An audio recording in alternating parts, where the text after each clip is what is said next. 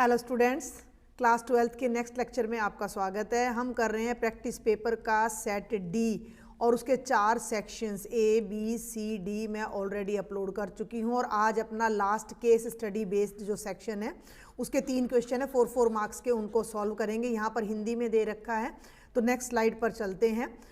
और ये हमारा क्वेश्चन है, an architect designs an auditorium for a school for its cultural activities. The floor of the auditorium is rectangular in shape and has a fixed perimeter P. यानी कि हमें उसका perimeter पता है। Based on the above information, answer the following questions. If x and y represent the length and breadth of the rectangular region, then find the relation between the variables. बहुत ही आसान है। First part हमारा x length है, breadth y है, perimeter आपको given है जो हमें पता होता है कि क्या होता है 2 इंटू एल प्लस बी, तो 2 इंटू में x प्लस वाई, तो ये रिलेशन आ जाएगा 2x plus 2y is equal to p, क्योंकि p हमें नोन है। जो क्वांटिटी हमें नोन होती है उसी पर हमें अपना क्वेश्चन आगे लेके चलना पड़ता है। तो ये रिलेशन आ गया, फर्स्ट पार्ट हो गया। सेकंड पे आ जाओ, find the area of the rectangular region as a function of x, यानी जो एरिया की वैल्यू है वो x में निकालनी है। अब हम सबको पता है एरिया क्या होता है, लेंथ इंटू ब्रेड्थ।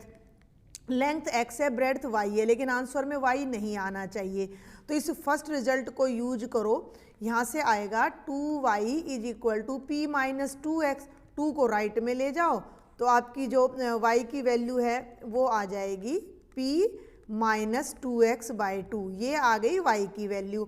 इसको यहाँ पर पुट कर दो तो आपका एरिया आ जाएगा x into p minus 2x by 2।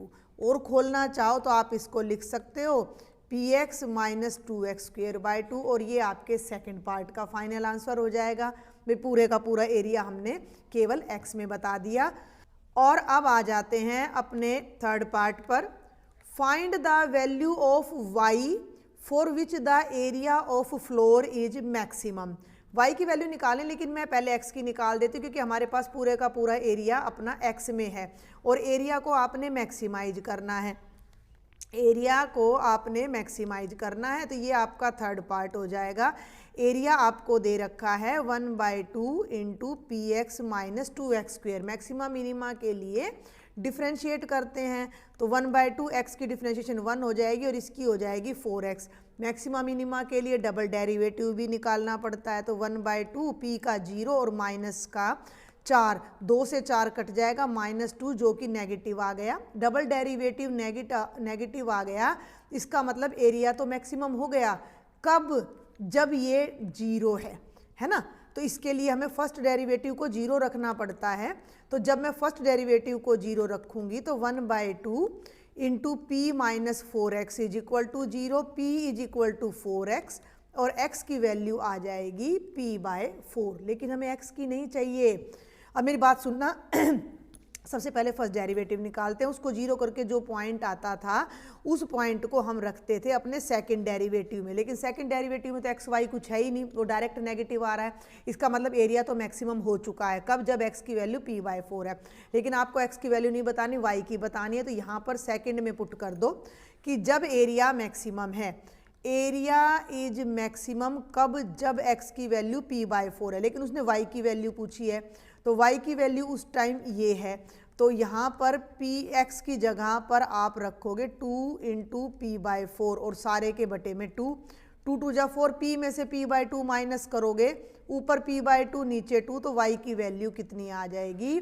p/4। यानी कि अगर y की वैल्यू पेरीमीटर का फोर्थ पार्ट है तो हमारा एरिया मैक्सिमम हो जाएगा। तो ये आपका केस स्टडी का फर्स्ट क्वेश्चन था जो कि बहुत सिंपल था। केस स्टडी का सेकंड क्वेश्चन सभी सेट में सेम रिपीट हो रहा है, यहाँ पर भी बिल्कुल वही रिपीट हो रहा है, तो मैं कोई इंस्ट्रक्शंस नहीं पढ़ूंगी। ये सिर्फ आपको एक इक्वेशन दे रखी है जिससे हम अपनी जनरल लीनियर इक्वेशन की स्टैंडर्ड फॉर्म में बदलने जा रहे हैं, और ये इक्वेशन है कॉस स्क्वेयर। जिन बच्चों ने पिछले सारे प्रैक्टिस पेपर किए हैं तो वो कम से कम भी नहीं, चौथा या पांचवा क्वेश्चन हम एक सा कर रहे हैं, तो दोनों तरफ हम डिवाइड कर देंगे इसको कॉस स्क्वेयर x से, तो ये तो कैंसिल होकर आ जाएगा dy/dx।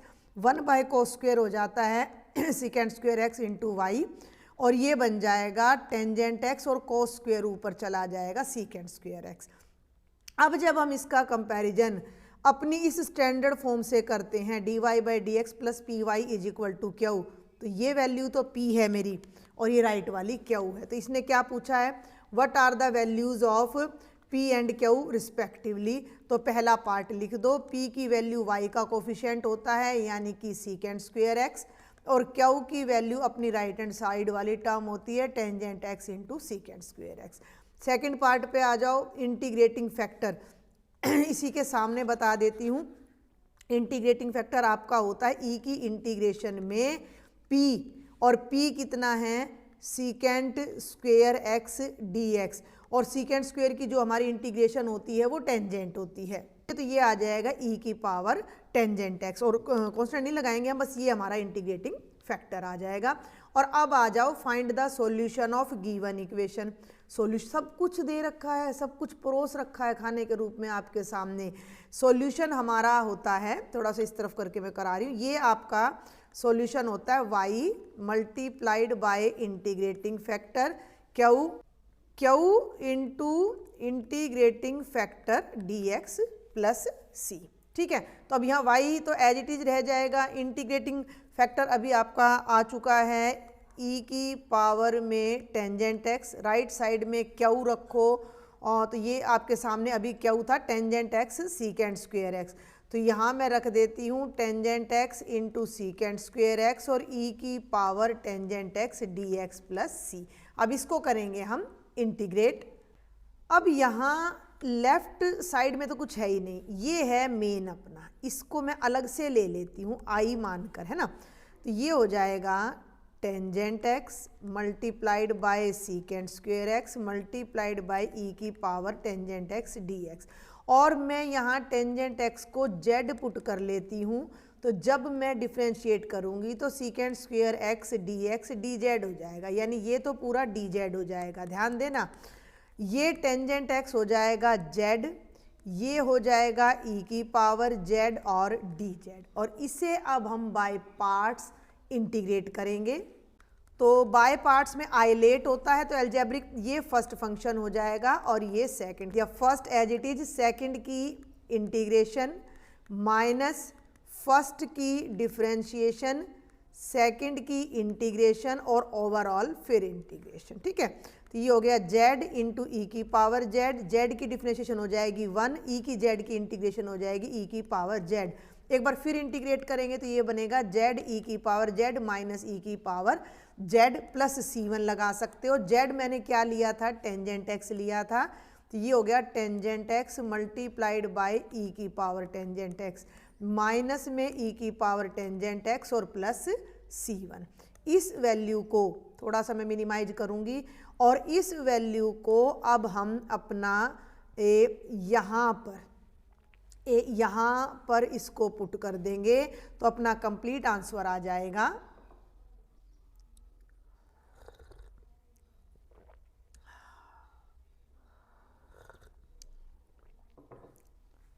तो यहाँ से अब आप देखेंगे y इंटू ई की पावर टेंजेंट x, और ये पूरा इंटीग्रल ये आया है, तो इसको मैं यहाँ लिखूँगी टेंजेंट x, थोड़ा सा स्लाइड करते हैं इस तरफ, सरका लेते हैं, इंटू ई की पावर टेंजेंट x माइनस ई की पावर टेंजेंट x, और c1 और c पूरा मिलकर एक कांस्टेंट हो जाएगा। अब आप चाहो तो इसको हर तरफ e की पावर टेंजेंट x से डिवाइड कर दो, divide both sides by e power tangent x, तो ये e power tangent x cut जाएगा, y आ जाएगा, ये भी कैंसिल हो जाएगा, टेंजेंट x आ जाएगा -1, और यहाँ c के नीचे आ जाएगी e की पावर टेंजेंट x, जिससे आप न्यूमरेटर में ले जाकर टेंजेंट x -1 प्लस c और e की पावर माइनस टेंजेंट x, जो कि आपका जनरल सॉल्यूशन आ जाएगा। तो ये आसान, थोड़ा अलग था, आसान सा ही था, ज़्यादा मुश्किल नहीं था। तो ये आपका था सेकंड केस स्टडी क्वेश्चन। ठीक है, और कोई इसमें इंटरनल चॉइस इन्होंने दी नहीं, तो जल्दी से लास्ट क्वेश्चन पर चलते हैं। और ये है हमारा केस स्टडी का लास्ट क्वेश्चन। इसमें टोटल प्रोबेबिलिटी का यूज किया गया, इससे पहले भी किया गया था। In a school teacher ask a question to 3 students Ravi, Mohit and Sonia. 3 बच्चों से टीचर ने क्वेश्चन पूछा। The probability of solving question by Ravi, Mohit and Sonia are 30%, 25% and 45%। भाई रवि जवाब दे देगा 30% प्रोबेबिलिटी है, मोहित दे देगा 25% है, सोनिया सही जवाब दे देगी 45% है। The probability of making error by Ravi, Mohit and Sonia are 1%, 1.2 and 2% respectively. वो गलती कर सकते हैं, वो तो क्वेश्चन को सॉल्व करने की है, उनके द्वारा कोई एरर भी हो सकती है सॉल्व करते टाइम, उसकी प्रोबेबिलिटीज रिस्पेक्टिवली दे रखी हैं। Based on the above information answer the following questions.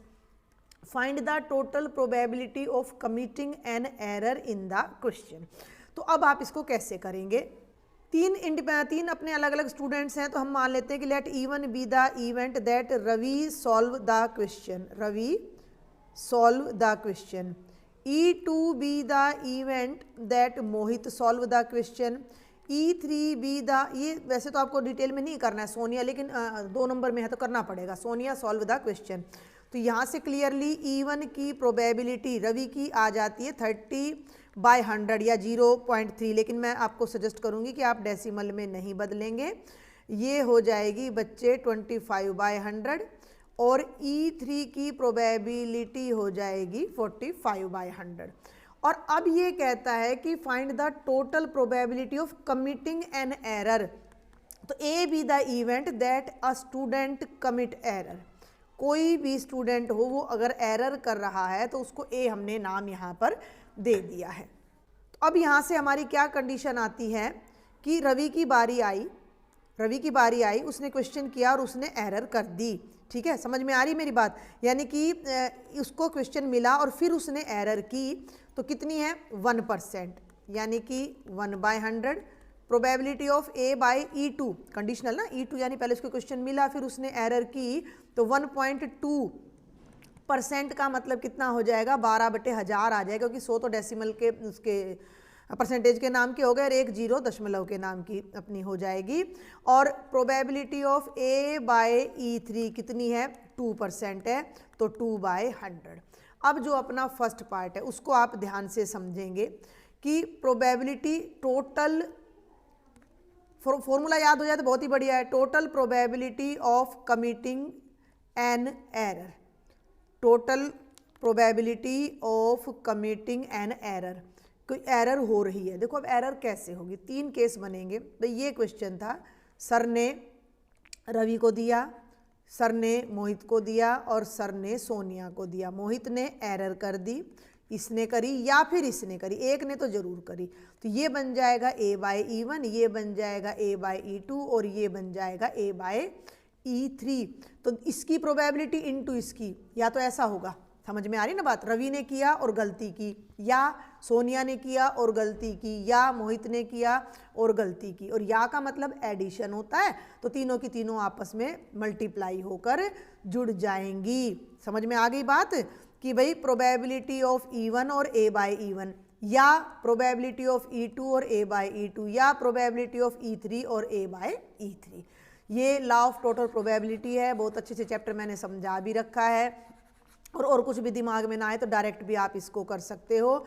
तो ये बन जाएगा प्रोबेबिलिटी ऑफ E1 A/E1, ये ए की प्रोबेबिलिटी हो जाएगी ना, कमिटिंग एन एरर की प्रोबेबिलिटी हो जाएगी, ये हो जाएगी टोटल प्रोबेबिलिटी ऑफ ए। तो A/E1 probability of E2 into probability of A/E2, थोड़ा सा इधर कर लेते हैं, और थर्ड पार्ट आ जाएगा probability of E3 into probability of A/E3। सबकी वैल्यूज़ पुट कर दो, 30/100, ये देख लो, ये 30/100 और A/E1 है 1/100। E2 की प्रोबेबिलिटी है 25/100 मल्टीप्लाइड बाय 12/1000, 1 0 यहाँ एक्स्ट्रा है, यहाँ आ जाओ तो 45/100 इंटू में 2/100, यहाँ तो 10-10 हज़ार आएगा, बीच में 1 लाख आएगा, सुन रहे हो, 30/10,000, 12 पंजे 60, 6 12 दूनी 24 और 6 30, देख लो अब ये 300/1 2 3 4 5 0 थी, 1 0 से 1 0 में काट देती हूँ, तो ये भी 30/10,000 हो गया, और ये भी 90/10,000 हो गया। सबके बटे में 10,000 आ रहा है तो ऊपर ऊपर जुड़ जाएगा, 30 और 30 60, 60 और 90 150 बटे 10,000, ये जीरो कट गई, 5 तिये 15, 5 दूनी 10, 2 जीरो, 3/200 आपकी टोटल प्रोबेबिलिटी आ जाएगी। ठीक है, 3/200 आपकी टोटल प्रोबेबिलिटी ऑफ एरर आ जाएगी।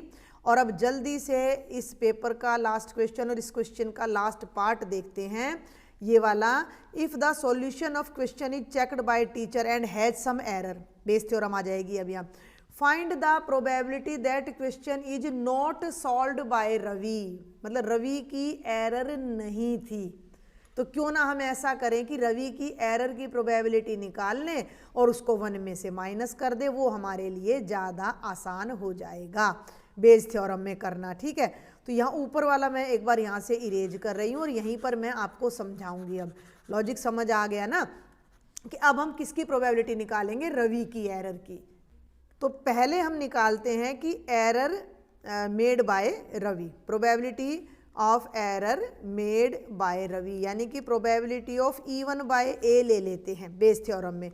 तो क्या फॉर्मूला बनेगा, probability of E1 into probability of A by E1, और फिर इन तीनों का सिग्मा जो कि ये है, इन तीनों का सिग्मा ये है जो हमारी टोटल प्रोबेबिलिटी है, जिसे मैं प्रोबेबिलिटी ऑफ ए कहूँगी, जो मैंने ऑलरेडी सॉल्व की हुई है। तो अब इस वैल्यू को अपना यहाँ पर रख देंगे, सारा इरेज कर दिया है मैंने, लेकिन वैल्यू मुझे याद है। E1 का मतलब था जो रवि क्वेश्चन सॉल्व करता है, तो वो तो था बच्चे 30, ये रही ना वैल्यू आपके सामने, 30/100 इंटू 1/100, और टोटल आ रहा था 3/200 कर दो, या मेरी बात सुनो, इसमें भी 10,000 है, ये कर दो 150 बटे 150/10,000। इस 10,000 से ये 10,000 कट जाएगा, और 30 बटे 150, 3 एकम 3, 3 पांजे 15।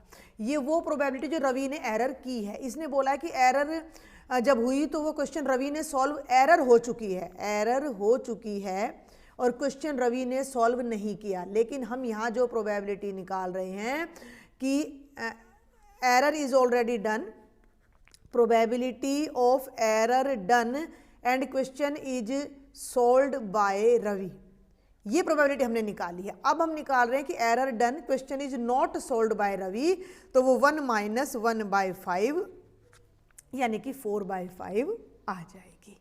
आया कुछ समझ में? क्योंकि डायरेक्ट करोगे दोनों का मिला के बहुत लंबा पड़ेगा, मुश्किल पड़ेगा, तो उसकी बजाय हमने डायरेक्ट कर दिया कि एरर डन बाय रवि 1/5 आ गई, 1 में से माइनस कर दो, नॉट डन की आ जाएगी 4/5। तो ये थे आपके चारों प्रैक्टिस पेपर। बहुत जल्द मेरी कोशिश रहेगी कि मैं आपके लिए लेकर आऊँ सुपर फास्ट रिवीजन। पहले मैं लाऊंगी इंपॉर्टेंट चैप्टर्स के, क्योंकि अगर सबका पॉसिबल नहीं हुआ तो कम से कम उन चैप्टर्स से आपको हेल्प मिल सकती है। टिल देन आप लास्ट ईयर के सुपर फास्ट रिवीजन वीडियोस देखें, सारा सिलेबस सेम है, थोड़ा बहुत जो डिलीटेड है उसको आप स्किप कर सकते हैं। इंपॉर्टेंट क्वेश्चंस है, प्रैक्टिस पेपर है, सैम्पल पेपर है, सबको पढ़ें। Best of luck for your exams. Thank you.